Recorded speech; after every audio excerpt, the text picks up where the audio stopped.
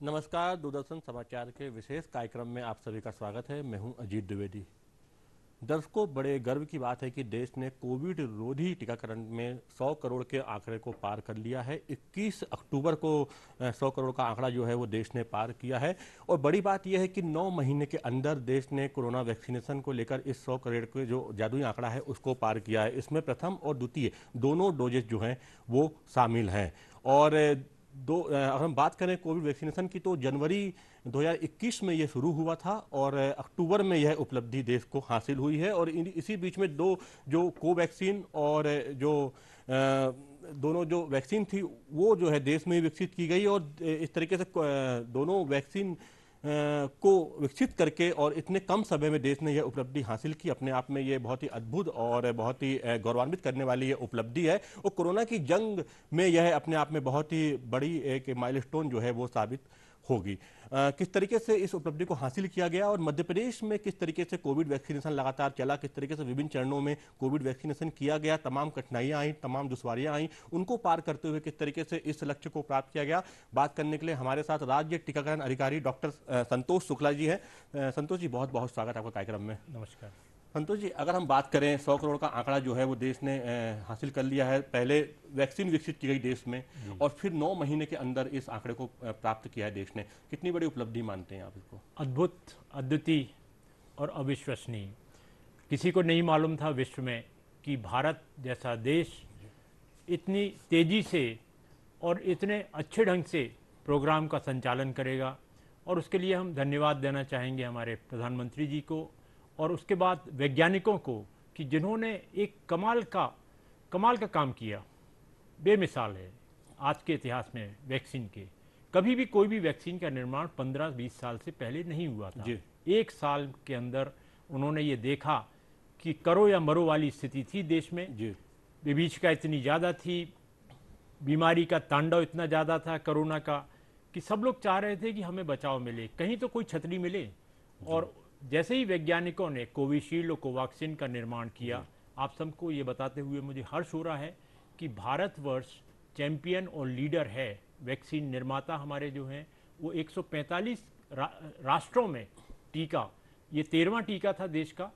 आज नहीं, 1985 जो टीकाकरण कार्यक्रम चल रहा तब से ही हम शीर्षस्थ रहे हैं। और 16 जनवरी को जब प्रारंभ हुआ था वो सीन मैं बार बार याद करता हूँ। इस प्रकार के प्रोग्रामों में मैंने 36 साल लंबा सफ़र किया है टीकाकरण कार्यक्रम अधिकारी के रूप में।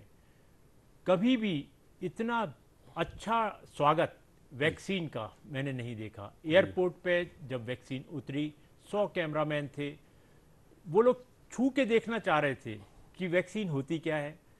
और जिस प्रकार से उसकी डिमांड और जिस हिसाब से उसका स्वागत हुआ था, उसी दिन दिल में ख्याल आया था कि हमारी जीत तो है, कोरोना पे हमारी जीत है। 16 जनवरी को जो हमने हेल्थ केयर वर्कर का टीकाकरण कार्यक्रम किया तो मध्य प्रदेश अग्रणी रहा, पहले पोजीशन पे था, जहां 95% हमने हमारे स्वास्थ्य कर्मियों का टीकाकरण करके दिखाया समय सीमा में। फिर फ्रंटलाइन वर्कर्स का टीकाकरण हुआ, उसमें हमने 90% उपलब्धि कर 5वां स्थान ग्रहण किया था। और इसके बाद आपको मालूम है कि अप्रैल के अंत में और मई की शुरुआत में एकदम से तेजी से बीमारी का प्रादुर्भाव हुआ। बहुत तेजी से केसेस आना हुआ, अस्पताल के बिस्तर भरने लगे, लोग मौत के मुंह में भी जाने लगे। तो उसी वक्त हमारा टीकाकरण कार्यक्रम भी चल रहा था।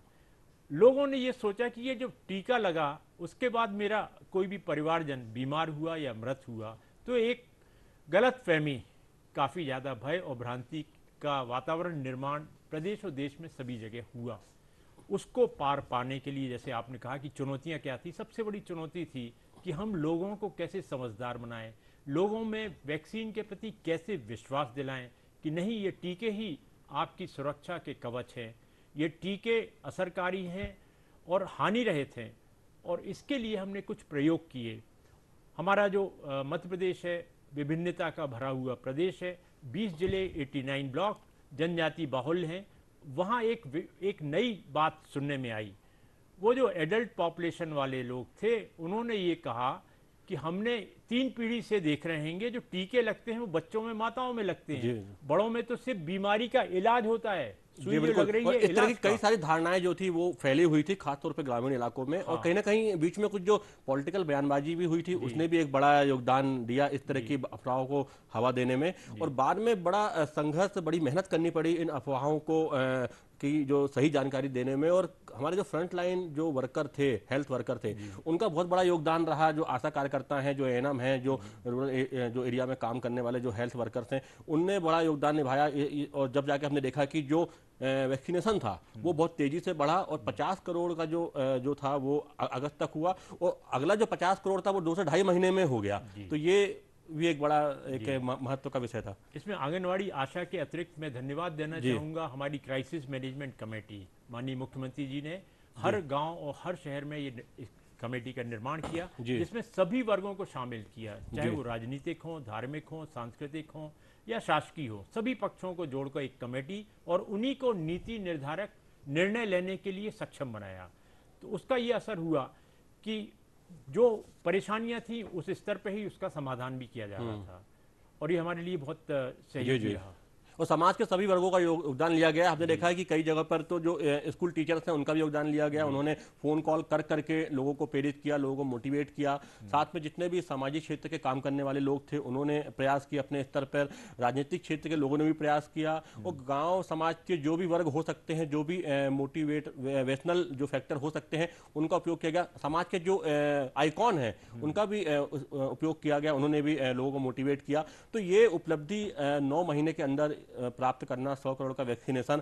अब आगे जबकि मध्य प्रदेश में जो है 5 करोड़ 49 लाख जो है टारगेट जो है वैक्सीनेशन का, जो भी जो जी यहाँ पे पॉपुलेशन है जो वैक्सीन के करने के लायक है, उसमें से 90+% हो चुका है। जी आगे क्या आपको लक्ष्य लगता है अगर मध्य प्रदेश की बात करें? देखिए, हमारा जो उपलब्धि के हिसाब से हम देश के अग्रणी राज्यों में है। जी गुजरात के साथ हम संयुक्त रूप से 92% प्रथम जो टीका डोज था उसको लगा चुके हैं। प्रथम डोज 40% आपको सुरक्षा कवच देता है, जी मगर दूसरा डोज अगर हम लगा देते हैं तो 90% से ज़्यादा हमें सुरक्षा दर मिल जाती है, जी और तभी हम सक्षम हो पाएंगे किसी भी प्रकार की महामारी से बचाव के लिए। तो मेरा इस प्रोग्राम के माध्यम से उन सभी हितग्राहियों को, नागरिकों को अनुरोध है कि समझदारी दिखाएं। देखिए, कोविशील्ड एक ऐसा टीका है जो 84 से 112 दिन के अंतराल से लगाया जाता है, जी। लगभग 3 महीने के अंतर से, पहले और दूसरी डोज के बीच में पहले अंतर और होता दूसरे है। जी डोज। तो आप ये देख लीजिए कि आपका जो टीका लगा था, अगर आप 3 महीने के हो चुके हैं, दूरियां हो चुकी हैं दूसरे डोज की, आप तुरंत अपना अपना पास के टीकाकरण केंद्र में निःशुल्क व्यवस्था कर दी है। ऑनलाइन जाना हो तो ऑनलाइन आप रजिस्ट्रेशन करिए, ऑफलाइन भी सीधे अब खोल दिया गया हैगा। पर जितनी जल्दी हो सके आप, क्योंकि जितनी देर करेंगे आप उतनी गुणवत्ता वैक्सीन की और आपकी प्रतिरोध शक्ति निर्माण में समस्या आएगी, उतनी जी ज़्यादा। बिल्कुल। तो लापरवाही जो है वो नहीं करनी है। बिल्कुल दूसरा नहीं डोज जो है वैक्सीनेशन का, जिन्होंने पहला डोज लिया हुआ है उन्हें भी जो निश्चित समय है उसके अंदर जो है दूसरा डोज जो है वो लेना है। अगर थोड़ा बहुत समय आगे पीछे हो जाता है तो भी कोई दिक्कत की बात नहीं है, उसको आप ले सकते हैं। ऐसा नहीं है कि मतलब कि अब जी। समय निकल गया, अब एक हाँ। हफ्ते 10 दिन ज़्यादा हो गया, तो भी इसको ले सकते हैं। मैं एक चीज़ कहना चाहूँगा जी कि जैसे अभी मैं कार्यक्रम में आया तो सबसे पहले मैंने गेट कीपर से पूछा, जी। भाई साहब आपके दोनों टीके लग गए? जी जी फिर आपके यहाँ जो जो हमारा स्टाफ था जी। उनसे भी मैंने, आप देखा कि मैंने बिल्कुल। पूछ रहा था। अगर हर व्यक्ति, जी जी हम अपने परिवारजनों को, अपने परिजनों को, आस पड़ोसियों से पूछना चालू करें, बिल्कुल। बताना चालू करें कि 2 टीके ही जरूरी हैं, बिल्कुल। 2 टीके पूर्ण सुरक्षा संपूर्ण, जी जी ये नारा पहुंचना चाहिए घर घर में पूरे बिल्कुल। तो प्रदेश हम के। अपने आसपास के लोगों को भी इस तरीके से उनको याद दिला सकते हैं, उनको जी। मोटिवेट कर सकते हैं कि आपको दोनों टीके जो है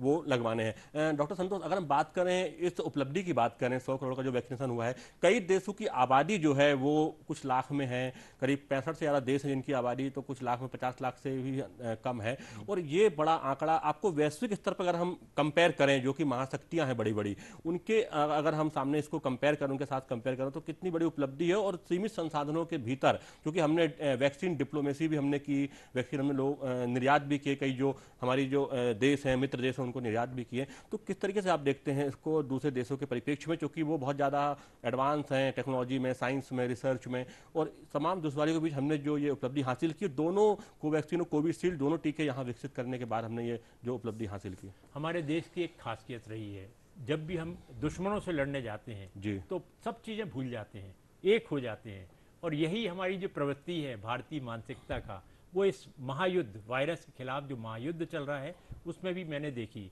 लोग बाग बिल्कुल सपोर्ट कर रहे थे पूरे प्रोग्राम को, कहीं विरोध था तो वो समझा भी रहे थे, कहीं पे लोग बाग डर रहे थे तो उनको भी ला रहे थे, पकड़ कर ला रहे थे कि नहीं तुम्हें टीका लगाना जरूरी है। और एक चीज़ और बताएं कि हमारा जो प्रशासनिक लेवल पे व्यवस्थाएं थी इतनी चुस्त दुरुस्त, मैंने 150 कैंपेन किए हैं पूरे देश में 8 राज्यों में जाके, मैं WHO में भी था, मगर इतनी बढ़िया स्पीड में जो काम हुआ है। मैं आपको एक छोटा सा उदाहरण दूंगा। वैक्सीन हमारे 17 तारीख को एक महाअभियान था, तो वैक्सीन हमारा 9:48 पे भोपाल पे उतरती है जी। हमने ऐसी व्यवस्था की थी कि यहाँ से 1000 किलोमीटर दूर सिंगरौली है, वहां तक दूसरे दिन महाअभियान के दिन ऐसा ना हो कि वैक्सीन ना पहुंचे। तो हमने एक रिले रेस, वैक्सीन वैन की रिले रेस बनाई थी, और उसके बाद 40,000 किलोमीटर यात्रा वैक्सीन को तय करना था ओवरनाइट। रात भर हमने एक कंट्रोल रूम के माध्यम से व्हील्स की मॉनिटरिंग करी, मतलब हमारे जो ड्राइवर्स चल रहे थे ऐसा ना हो रास्ते में सो जाएं। तो ऑन द जॉब सबको रखते हुए 9 बजे के पहले हर आखिरी मुकाम तक मेरी वैक्सीन पहुंच गई थी। और इस प्रकार का मैनेजमेंट आप प्राइवेट सेक्टर में नहीं पा पाएंगे, क्योंकि हम लोग में जुनून था, जज्बा था, जोश था और कुछ कर गुजरने की तमन्ना। बिल्कुल बिल्कुल। मेरा अगला सवाल इससे जुड़ा हुआ था कि इतना बड़ा देश है, इतना बड़ा राज्य है हमारा, और 52 जिले हैं, तमाम भौगोलिक स्थितियां हैं, परिस्थितियां हैं, और आम इंसान को लगता है कि ये तो छोटी सी वैक्सीन ही है, ये क्या है, ये तो एक डब्बे में नीले बॉक्स में आ गई है, इसको लगवाना है। लेकिन उसके पीछे जो मेहनत होती है, एक पूरी टीम काम करती है, पूरा एक सिस्टम काम करता है, वो कितनी मेहनत से काम करता है, ये थोड़ा बताएं आप विस्तार से हमारे दर्शकों को, क्योंकि वो समझे कि इतना जो चीज़ आपको मुफ्त में दी जा रही है, एक छोटी सी वैक्सीन, उसके पीछे कितना धन, कितना श्रम, कितना मैनेजमेंट, कितना मैन पावर लगा हुआ है। जो हमारा प्रबंधन है उसके लिए हमें पहली आवश्यकता होती है, जब इतना बड़ा अभियान चला रहे हैं तो हमें कैलकुलेट करना, गणना करनी पड़ती है कि वैक्सीन के लिए जो स्टोरेज सिस्टम है रखरखाव का, वो संसाधन है। तो हमने 7 नए वॉकिंग कूलर भारत शासन से डिमांड करके उसको स्थापित किया। हमने अपने कोल्ड चेन के जो इंस्ट्रूमेंट्स होने थे, ILR और डीप फ्रीजर कहलाते हैं, कोल्ड बॉक्सेस, उनकी भी बहुतायत में उपलब्धि कराई।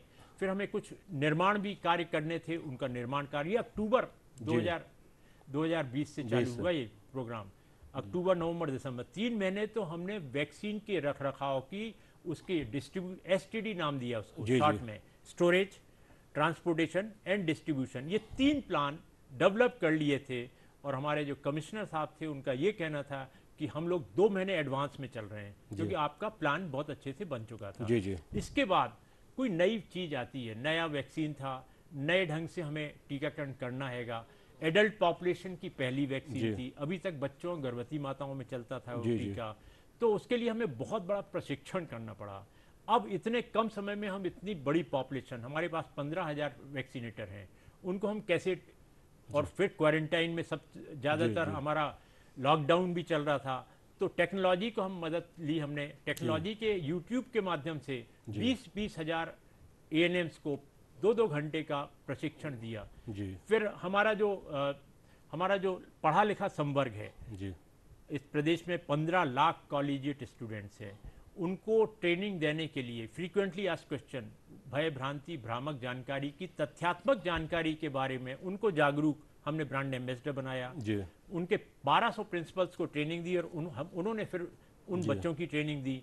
इसके बाद एक समूह हमने पहली बार नवाचार के तहत किया, वो है साथिया ग्रुप, जो एडोलेसेंट पॉपुलेशन में हमारे जो सेक्सुअल ट्रांसमिटेड डिजीज, उसके लिए वातावरण निर्माण करता था, उनको हमने टीकाकरण से जोड़ा। और 32,000 जो साथिया थे जिनको तैयार किया, उनको पहले टीकाकरण कराया, और उन्हीं के माँ बाप, ये ट्राइबल बेल्ट में ज्यादातर लोग हैं, उनके माँ बाप नहीं लगा रहे थे, वो मोटिवेटर बने और अपने माँ बाप, अपने आस पड़ोसियों को गांव में लगाना चालू किया, और वो पूरे क्षेत्र 100% कवर किए। इसके बाद एक सबसे बड़ा जो समूह हमें मिला, वो मिला आजीविका मिशन। 37 लाख हमारी महिलाएं 45,000 गाँव में स्थापित हैं, जो शासन द्वारा प्रदत्त राशि से कुछ गृह उद्योग चलाती हैं जी। और वो बहुत ही और डेडिकेटेड इनका भी सहयोग जो है वो लिया गया। तो डेडिकेटेड कुल है। मिला के जितने भी उपलब्ध हमारे जो जी समूह थे, हमारे जी जो मैन पावर थे, हमारे जो मशीनरी थी, सभी जी का सहयोग जो है लिया गया और इस तरीके से जो है हमने इस महाअभियान को आगे बढ़ाया। जी एक जो महाअभियान मध्य प्रदेश में जो महाअभियान चले हैं उनका बहुत बड़ा योगदान रहा है और हमने देखा है कि मध्य प्रदेश ने रिकॉर्ड बनाए हैं एक दिन में 30 लाख 40 लाख वैक्सीनेशन करके कोविड के। जी और जो हम बात करें कि अभी तक मध्य प्रदेश में 6 करोड़ 85 लाख से ज़्यादा जो है वैक्सीनेशन हो चुका है और ये बड़ी उपलब्धि है। और कहीं ना कहीं ये भी बहुत बड़ा एक पार्ट है देश में, जो कि टॉप 5 जो स्टेट हैं वैक्सीनेशन में, उसमें मध्य प्रदेश का बहुत बड़ा योगदान है। जी और तो आपको मानते हैं कि ये जो महाअभियान भी रहे हैं, इनकी सफलता ने भी कहीं ना कहीं वैक्सीनेशन को बूस्ट किया है। और बात करें अगर हम जो ग्रामीण लेवल पे जो एक बाद में जो थोड़ी सी सेकेंड लहर के बाद जो एक माहौल बना है वैक्सीनेशन को लेकर, प्रधानमंत्री ने भी कई बार अपील करी है, कई बार दूसरे जो केंद्रीय मंत्री उन्होंने अपील करी है, जन जागरण किया गया, इस तरह एक माहौल बना है। देखिए, जन जागृति के लिए जरूरी है कि हमारे जो शीर्षस्थ नेता हैं जी वो आगे आएं और हमें ये कहते हुए खुशी हो रही है कि माननीय मुख्यमंत्री और हमारे स्वास्थ्य मंत्रीगण एवं अन्य सभी MP MLA sarpanch ward members ji सभी ने मिलजुल के एक ऐसा जन आंदोलन खड़ा किया जो अद्भुत था और उसमें लोगों को जोड़ने के साथ साथ प्रेरकों को भी जोड़ा गया। जी हमने एक अवार्ड सिस्टम रखा कि जो सबसे पंचायत होगी उसको हम अवार्ड देंगे। तो जैसे ही अवार्ड जी घोषित हुआ एक प्रतिस्पर्धा चालू हुई बिल्कुल और लोगों ने अपनी एंट्री चालू करी, प्रवेश कि मेरा पंचायत हो चुका है, 100% जांच करा लीजिए। फिर नगर निगम को भी हमने प्रोत्साहित किया, नगर पालिकाओं को किया, ब्लॉक्स को किया, अब जिलों को भी हम कह रहे हैं कि हम रैंकिंग चालू कर रहे हैं जिलों की सेकेंड डोज के आधार पे। अब हम मूल्यांकन चालू कर रहे हैं जिलों की प्रथम सेकंड थर्ड पोजीशन लाने के लिए। ये बहुत बड़ी एक चुनौती है कि सेकंड डोज लगाना, जो कि उसका प्रतिशत अभी बहुत कम है देखा जाए तो इसके लिए क्या कार्य योजना बनाई गई है? और जो लोग थोड़ा सा कह सकते हैं कि लापरवाह हो गए हैं कि अब थर्ड जो लहर है वो तो आएगी नहीं और इतना ज़्यादा वैक्सीनेशन हो गया है, हमने पहली डोज लगा ली है, थोड़ा सा अपैथी एक आ गई है, उनके लिए आप क्या कहना चाहेंगे? देखिए, अपैथी हो सकती हो, कुछ लोगों में बहुत ही नगण्य होंगे, जी कुछ कारक बन रहे हैं। जैसे अभी उत्सव आ गए, लोग जी सोच रहे थे कि मैं उत्सव में वैसा ना हो, बुखार आ जाए। जी फिर हमारा जो आपको मालूम है कि कृषि प्रधान पूरा प्रदेश है, बिल्कुल 80% पूरे परिवार कृषि में रहते हैं। जब हम उन तक पहुंच रहे हैं, खेतों तक पहुंच रही है हमारी टीम, उनसे आग्रह कर रहे हैं कि भाई टीका लगा लीजिए। तो उनका कहना था 5-7 दिन और रुक जाइए, इसके बाद हम लोग खुद लगवाएंगे, हमें तो ज़रूरत मालूम है उसकी, क्यों आवश्यकता है। किंतु उन सब लोगों को मैं पुनः बताना चाह रहा हूँ कि हमने लगभग 6 करोड़ 85 लाख टीके लगा दिए हैं। किसी भी गंभीर प्रॉब्लम से कोई भी नहीं जकड़ा। और जो मामूली सा दर्द, थोड़ी सी सूजन, ललामी, खुजली या बुखार आता है, उसका एक पैरासीटामोल गोली है और कहीं ना कहीं वो आपकी 24 घंटे में। इम्यूनिटी स्ट्रांग हो रही है, उसका सूचक भी होता है हाँ, जब ये बुखार आता है तो। और नहीं, और आपके पास जो दर्द और बुखार की बिल्कुल गोली है उसको लेके आप जो बिल्कुल भयभीत ना हो कि आपको खेती नहीं कर पाएंगे या नौकरी में नहीं जा पाएंगे, आप बिल्कुल भयाक्रांत ना हो, इंजेक्ट लगाइए आप टीका और साथ में पैरासीटामोल ले लेते हैं, कहीं कोई आपका एक दिन भी छुट्टी नहीं लेना पड़ेगा। डॉक्टर शुक्ला, अगर हम बात करें मध्य प्रदेश की जो भौगोलिक स्थिति है अलग अलग है, अगर हम मालवा की बात करें, महाकौशल, ग्वालियर, चंबल, तमाम अलग अलग जगह अलग अलग समस्याएं हैं, अलग अलग भौगोलिक स्थितियां हैं। तो अभी जो टीकाकरण की बात करें पूरे राज्य में मध्य प्रदेश में, तो किस क्षेत्र में आप ज़्यादा देख रहे हैं, किस क्षेत्र में थोड़ा सा दिक्कतें आई हैं, या अभी किस तरीके से मतलब चल रहा है? कहीं कोई समस्या है या कहीं लगातार चल रहा है, कुछ जिले जो ज़्यादा अच्छा कर रहे हैं? देखिए, हमारे यहाँ एक सबसे बड़ी चुनौती है, दो तीन चीज़ों की चुनौती है प्रदेश में। हृदय स्थली है भारत की, 5 राज्यों से घिरा हुआ है। 5 राज्य में जितने भी हमारे 20 जिले हैं, उनके जो परिवार हैं आवागमन करते रहते हैं, कभी वो बीमार के रूप में, कभी रिश्तेदारी के रूप में, कभी रोजगार के रूप में। तो ये जो आना जाना है, फर्स्ट डोज तो लग गया, बट सेकेंड डोज के लिए दूसरे राज्य में पहुंच गए। तो हमने इन सब की भी सूचीकरण कर ली है और उन सूचियों का अब उपयोग कर रहे हैं कि अभी जैसे दिवाली पे वापस लौटेंगे वो लोग घर पे जो पलायन कर गए हैं, उनके लिए भी हमने विशेष व्यवस्था सब जिलों में कर रखी है। दूसरा, हम कंप्यूटराइज जो लिस्ट है अन्य राज्यों में भी हम शेयर कर रहे हैं, क्योंकि हमें ये मालूम है किस राज्य में, किस जिले में, किस गांव में ये पहुंचे हैं। तो वहाँ अन्य राज्य अधिकारियों से भी, टीकाकरण अधिकारियों से मेरी चर्चा हो चुकी है, वो लोग भी हमें सहयोग करेंगे कि उसमें सेकेंड डोज इनको जरूर करवा दें। दूसरा नया हम प्रयोग करने जा रहे हैं सोमवार से ही, कि हम बस स्टेशन, रेलवे स्टेशन पे भी माइकिंग सिस्टम से लोगों को अलर्ट करेंगे। जितने भी ऑफिस 56 हमारे 56 विभाग होते हैं, वहाँ विभागों पे भी हम अब स्क्रीनिंग सिस्टम लागू कर रहे हैं। कोई भी आएगा नया, उससे पूछेंगे भाई साहब आपने दोनों डोज लगा लिए, उसको याद कराएंगे। ओपीडी और इंडोर हॉस्पिटल में जब हमारे आते हैं, उन चिकित्सकों को भी बता दिया है कि इनका आप टेली मार्किंग सिस्टम से देखिए कि कौन लोग ने एक भी डोज नहीं लगाया, किसने एक लगाया, किसने 2 लगाए। जो 2 लगाए हैं उनको शाबाशी दें, जिनका एक छूटा है उसको हिदायत दें, और जो शून्य एक भी नहीं लगाया है उसको जरूर आप प्रेरित करें और उसको टीकाकरण। डॉक्टर शुक्ला, मेरा सवाल जो है टीकाकरण से भी जुड़ा है, लेकिन वो कोविड से जुड़ा नहीं है। जो दूसरे जो वैक्सीनेशन अभियान चल रहे थे, जो बच्चों के लगातार जो टीके लगते हैं, खसरा, खांसी और दुनिया भर के टीके जो लगते हैं जो बच्चों को, जो नेसेसरी वैक्सीनेशन जो होता है विशेष आयु वर्ग में, तो कहीं कोविड वैक्सीनेशन कारण वो तो प्रभावित नहीं हो रहा है, या वो किस तरीके से चल रहा है प्रदेश में? क्योंकि बहुत बड़ा ये एक लगातार चलने वाला अभियान है और बच्चों को जो टीके लगते हैं वो बहुत महत्वपूर्ण होते हैं जीवन भर के लिए। देखिए, मातृ और शिशु रक्षा कार्यक्रम को तिलांजलि नहीं दे सकते हैं, इसलिए मध्य प्रदेश एकमात्र राज्य था कि जहां कोविड वैक्सीन की इतनी ज़्यादा डिमांड थी, मगर हम लोगों ने सेक्रीफाइस नहीं किए। मंगलवार और शुक्रवार हमारा टीकाकरण दिवस है, हमने कहीं भी उसमें बाधा नहीं पहुंचाई कि उसको कैंसिल करके हम कोविड वैक्सीनेशन चालू कर दें। तो 4 दिन हम कोविड वैक्सीनेशन करते रहे और 2 दिन फिर भी।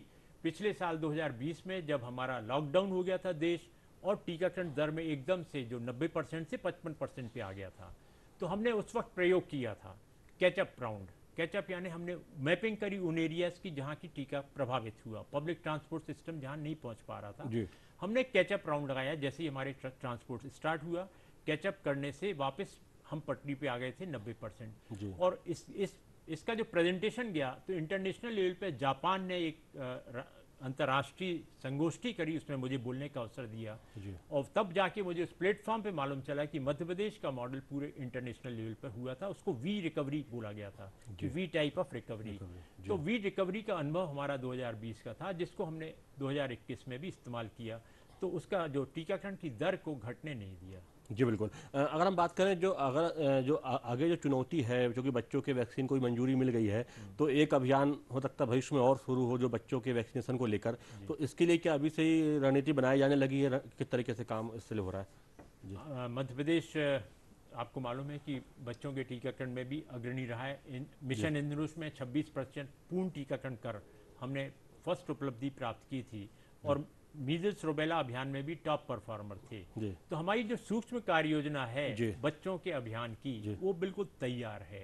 सिर्फ उम्र का बंधन है कि वहाँ 9 महीने से 15 साल को हमने टीकाकरण किया था, यहाँ 2 साल से 17 साल में करेंगे, तो थोड़ा सा एज का वेरिएशन रहेगा। बाकी 2-2.5 करोड़ जो हमारे बच्चों को टीकाकरण होना है, उसके लिए हम लोग सक्षम हैं, और हमारी जो वर्क फोर्स है उसकी कैपेसिटी है, और हम पहले से ही कर रहे हैं बच्चों का वैक्सीनेशन, तो उसी के साथ में हम कर सकते हैं। ये भी एक चीज़ है। एक चीज़ और है, जैसे हम देख रहे हैं कि वैक्सीनेशन जो सेंटर्स हैं अभी जो कोविड के, बहुत जगह पर चूंकि 95% करीब वैक्सीनेशन हो चुका है, अगर पहली डोज की बात करें और दूसरी डोज मिला के, तो कई जगह पर डेली जो है 7 दिन हफ्ते के खुल रहे हैं, वहाँ पर इतना ज़्यादा भीड़ नहीं है। क्या इसको भी दिनों में आगे चल के विभाजित किया सकता है कि इन दिनों पे वैक्सीनेशन होगा, जिससे कि लोग इकट्ठे होकर वहाँ पर जा सकें?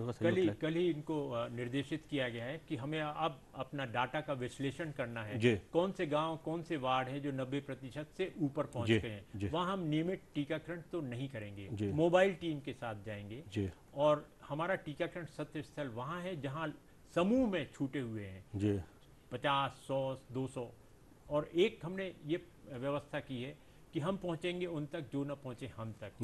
इसके अंतर्गत हमने देखा कि खेत खलिहान, पहाड़, अभी हमें कल ही एक ANM है, उसको राष्ट्रीय स्तर पर चिन्हित किया है प्राइम मिनिस्टर ऑफिस के द्वारा अवार्ड देने के लिए।